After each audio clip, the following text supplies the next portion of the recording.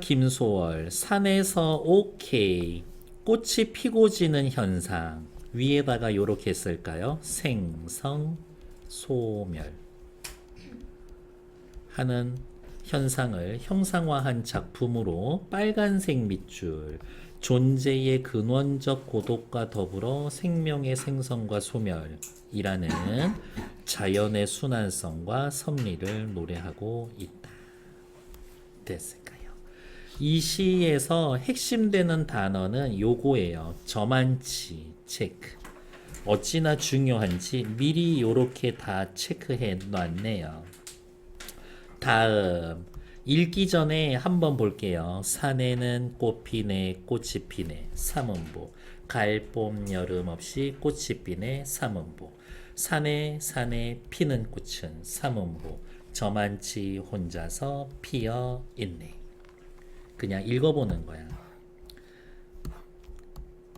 산에서 우는 작은 새요 산이 좋아 산에서 산오라네 산에는 꽃이 지네 꽃이 지네 갈봄 여름 없이 꽃이 지네. 삼원 본 거는 알겠어. 근데 어때?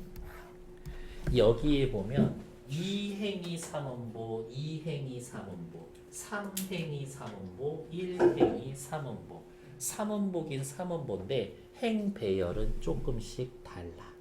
그리고 여기가 삼원보 중에서 제일 느려. 제일 천천히 읽어야 돼. 그리고 여기가 제일 빨라. 시의 호흡이 빨라. 그 얘기가 옆에 산유화의 음보 배열상 특징. 삼음보를 기본으로 하고 있지만 항상 한 행에 배열되는 건 아닙니다. 1행, 2행 혹은 3행으로 다양하게 배열이 됩니다. 그거 얘기합니다. 읽으면서 느꼈어요? 1년이랑 맨 마지막 년이 너무 비슷해. 단어 하나만 틀려. 피네, 지네. 그렇게만 틀려. 뭐라고 할 거예요? 수미, 상관, 구조. 운문문학에서 첫 번째 연이나 행을 마지막 연이나 행에서 다시 반복하는 것. 시의 구조를 안정되게. 운율을 형성. 의미를 강조하는 효과가 있습니다. 그렇지만 꼭 같은 건 아니다. 이렇게 변형될 수도 있다. 근데 크게 봤을 때 같으면 수미상관. 앞으로 넘어와서 이제 시작할게요. 어디 있을까? 지저분해지니까 요거 삼음보 끊어놓은 거는 좀 지워놓고 확인하도록 하겠습니다. 위로 올라가서 봅시다. 시작하죠. 산에는 꽃 피네 꽃이 피네 가을은 가을이야. 가을, 봄, 여름 없이 꽃이 피네. 원래는 봄, 여름, 가을 구별 없이 꽃이 피네 이렇게 해도 되는데 가을을 가을이라고 바꿔 놓으면 가을, 봄, 여름 없이 가을, 봄, 여름 없이 가을, 봄, 여름 없이가 조금 더 잘 읽혀. 그래서 가을 운율 형성을 위해서 삼음보라는 운율 형성을 위해서 의도적으로 시어를 축약해 놓은 겁니다. 혹은 시어를 변형했어요. 왜냐? 김소월이란 시인 자체가 운율을 엄청 중요하게 여겼거든. 민요적. 전통적인 율격이라고 생각해서. 그래서 진달래꽃도 삼음보야. 김소월 씨는 삼음보 엄청 많아. 산에는 꽃 피네 꽃이 피네 갈본 여름 없이 꽃이 피네. 산은 존재가 생성되는 장소입니다. 뭐뭐하네 뭐뭐하네 이런 거 뭐라고 해요? 종결어미 반복. 감정이 엄청 들어간 거는 아니야. 그래서 감정을 절제하고 관조적인 태도를 보여줍니다.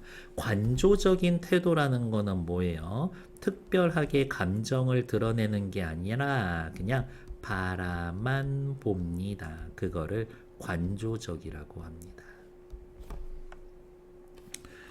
산에 산에 피는 꽃은 어떻게 저만치 혼자서 피어있네. 산에 꽃이 피어있는 모습이 1번 저만치 거리를 두고 요 거리를 앞에다가 요 말을 써야 돼요. 저만치 다른 존재와 거리를 두고 이렇게.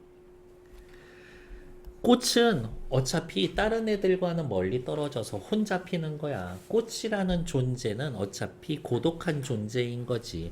꽃으로 대표되는 모든 존재는 근원적으로 고독한 거야. 이 이야기. 저렇게 저처럼 피어 있네. 저렇게 피어 있네. 단순히 꽃이 피어 있는 모습을 얘기한 걸 수도 있고. 근데 보통은 요거 1번이 더 맞을 거야 라고 하면서 강조해 주실 거예요. 둘 다 얘기해 주시겠지만 1번을 더 강조해 줄 거다 이 이야기. 왜냐 2번처럼 해석하면 고독이라는 얘기가 쏙 빠져버리고 그러면 이 말을 넣을 게 좀 뻘쭘해지거든. 그래서 보통은 1번처럼 해석해 주실 거다.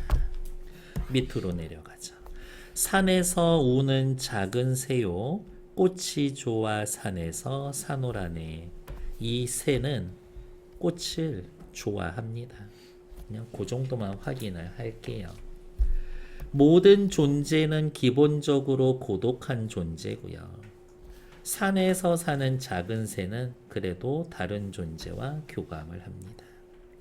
1년에서는 꽃이 폈지만 4년에서는 산에는 꽃이 지네. 갈봄 여름 없이 꽃이 지네. 수미상관 구조를 보여주고 있습니다. 산에서 지는 꽃, 존재의 소멸. 하지만 우린 알고 있어. 갈봄 여름에 꽃 다시 필 거야. 라고 해서 산에서 지는 꽃, 존재의 소멸이라고 했지만 존재, 자연, 세상 모든 존재의 순환. 자연은 순환하는 존재구나. 그렇게 확인해 줍시다. 자연이라는 것은 존재가 순환한다라는 것은 일종의 자연의 섭리에 해당되는 거겠지. 가을을 갈이라고 해놓으면 간결성과 운율이 생깁니다. 이야기. 산에 꽃 피는 걸 누가 좋아하지? 작은 새가 좋아하죠. 근데 화자도 꽃 피면은 좋아할걸? 오, 저 새는 내 대신 꽃을 좋아하네. 산에 있는 작은 새는 화자의 감정이 이입되었습니다. 라고 볼 수도 있음. 밑에 자유시고요, 서정시입니다. 민요적이라는 건 일단 운율이 민요적이고요. 전통적이다라는 거는 얘도 운율이 전통적인 거고 소재도 전통적인 겁니다. 관조적이라는 건 뭐냐면 꽃이 피고 지는 것을 특별히 개입하는 것이 아니라 바라만 봅니다. 그 정도 확인해 놓으시면 되겠죠. 주제, 존재의 근원적 고독과 대자연의 섭리, 생성소멸은 반복 순환되는 겁니다. 1년과 4년에서의 구조면에서 대응되는 수미상관. 종결음이 반복해서 가군의 효과를 얻고 감정의 절제를 보여줍니다. 삼음보를 여러 행에 배열하거나 한 행에 배열합니다. 운율을 형성해서 그러면 얻을 수 있는 효과가 뭔데요? 라고 하면 그냥 시를 읽을 때에 호흡을 조절합니다. 그 정도 얘기해 주시면 됩니다. 됐을까요? 다음 페이지. 산은요 꽃이 피고 지는 동네니까 자연의 세계. 꽃은 혼자 피어있는 고독한 존재, 생성소멸하는 모든 자연물. 인간도 포함되나? 그렇지. 새는 꽃을 좋아해서 산에서 살아요. 화자의 외로움이 감정이입된 고독한 존재입니다. 저만치를 어떻게 해석할 건지 두 가지로 바라본다라고 해놨는데 요거는 그냥 외워두시는 게 속 편하다라는 이야기. 작품의 내용과 형식의 관계, 내용과 형식이 긴밀히 잘 어우러져서 주제를 잘 드러내니까 이렇게 교과서에 실려 있지 않을까? 이 시는 시의 형식과 내용이 긴밀하게 연관되면서 내용을 효과적으로 드러내 줍니다. 그 정도 확인하시면 되겠네요. 됐을까요? 다음 페이지 끝났어. 운율 형성 요소를 찾읍시다. 어렵게 생각하지만 무조건 뭐만 찾으면 돼? 반복되는 것만 찾으면 돼. 그러면 이 시에서는 뭐가 반복이 됩니까? 1년 4연 반복됩니다. 수미상관. 사내 사내와 같은 식구가 반복됩니다. 종결어미가 반복이 되죠. 삼음보가 반복이 됩니다. 이렇게. 이 시는 봄, 여름, 가을, 겨울. 중요한 건 뭐냐면 중요한 것도 없어. 그냥 피고 지고 돌고 도는 겁니다. 라고 이야기를 해서 자연은 순환합니다. 이렇게 써놓으면 끝. 종결어미가 반복이 되고 있죠. 화자의 태도 뭐 관조적 태도 그것만 찾으면 돼. 감정을 절제하고 관조적으로 바라보는 느낌을 줍니다. 원래 산에 피는 꽃은 저만치 혼자 피어있네. 원래 시에는요. 산에 피는 꽃은 저만치 혼자서 피어있네. 요렇게 끊겨 있어. 세 줄로 되어 있는 걸 한 줄로 바꿔 놓으면 그러니까 밑에다가 요렇게 쓸까요? 3행을 1행으로 바꿔 놓는다면 산과 산의 거리감을 시각적으로 했는데 이렇게 바꾸면 산과 산 사이의 거리감이 상대적으로 덜 느껴집니다. 정도. 산유화에는 자연의 생성과 소멸이 나타나 있습니다. 이 시의 형식상 특징에 따라 자연이 생성과 소멸을 반복하는 순환적 질서를 지니고 있음을 보여줍니다. 산유화라는 시를 보면서 이렇게 해석했대요. 근거는 1년에선 피고 4년에선 진다라고 했으니까요. 1년에선 피고 4년에선 지네 라고 얘기했으니까요. 별거 없지. 다음 페이지. 형태면에서 산유화와 유사한 점이 있다고 합니다. 아래 활동을 해봅시다. 저는 어디가 포인트라고 보냐면 여기가 포인트라고 봅니다. 형태. 자유시 서정시고요. 꽃이 피고 지는 걸 보면서 깨달은 사랑의 시작과 이별의 속성. 그 꽃이 피는 건 한참 걸려서 피고 며칠 매달려 있는 것 같은데 어느 날 보면은 진짜 꽃이 우수수 떨어져 있어. 사랑이 끝나는 건 한순간이야. 근데 사랑이 끝난다고 모든 추억과 그리움이 사라지나? 그렇지는 않아. 나의 이별의 슬픈 그리움도 꽃이 지는 것처럼 그냥 훅 사라졌으면 좋겠는데 꽃이 지는 건 한순간인데 그리워하고 있는 건 한참이더라고. 이런 이야기인 거죠. 이렇게 사랑의 아픔을 씻기 위해선 또 다른 사랑을 하면 돼. 이렇게. 시적 화자는 꽃이 피고 짐을 사랑의 시작과 이별에 대응시키고 있습니다. 꽃이 피고 지는 것처럼 사랑도 순식간에 이별도 한순간에 하지만 사랑하는 사람을 잊는 것은 더디고 어려운 일. 인간 이별이라는 건 그런 거구나 이거예요. 형식상 특징으로 제일 눈에 띄는 건 뭐뭐 하더군이라는 종결 어미가 반복이 되는 거예요. 근데 이 시에서 말이 엄청 많죠.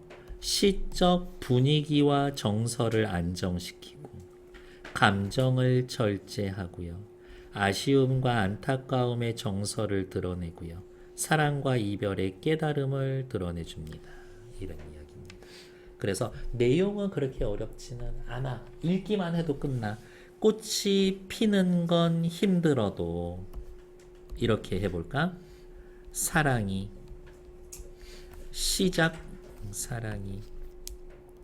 시작되는 건 힘들어도 지는 건 이별은 정말 한순간이더라. 골고루 쳐다볼 틈 없이 님 한 번 생각할 틈 없이 아주 잠깐이더라. 낙화의 순간성 혹은 이별의 순간성. 그대가 처음 내 속에 피어났을 때 사랑이 시작했을 때처럼 사랑이 시작할 땐 어떻게 시작했지? 정말 순간 시작했지. 있는 것 또한 그렇게 순간이면 있겠네. 이별의 슬픔과 고통이 있으니 어떻게 나 그걸 빨리 잊고 싶다.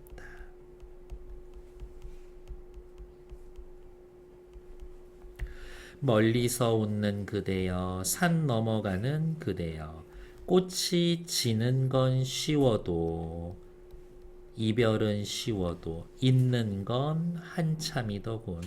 영영 한참이더군 이라고 하면서 전체적으로 비유, 다른 말로 유추, 순간이다, 한참이다, 대조 이러한 구조로 쓰여져 있습니다. 이 이야기 그런 것 같아. 예. 선운사에서에 나타난 화자의 상황과 정서, 사랑하는 사람과 이별한 상황에 처해져 있죠. 아픔이 빨리 끝나길 바라고 있어요. 하지만 여전히 그리워하고 있습니다. 2번에다가 작게 별표. 첫 부분과 마지막 년에 비해서 산요화는 수미상관, 선운 사이에서도 수미상관. 둘의 공통점, 변형된 수미상관 구조를 갖는다 라는 이야기. 하지만 또 같은 거 찾으세요 라고 하면 뭐 찾으면 돼? 종결 어미의 반복. 거기까지 찾으면 공통점 다 한 거지. 또 할 얘기 없어요? 마지막 부분은 아니지만 그냥 산요화랑 선운 사이에서의 공통점을 찾아보면 1번 변형된 수미상관, 2번 종결 어미 반복,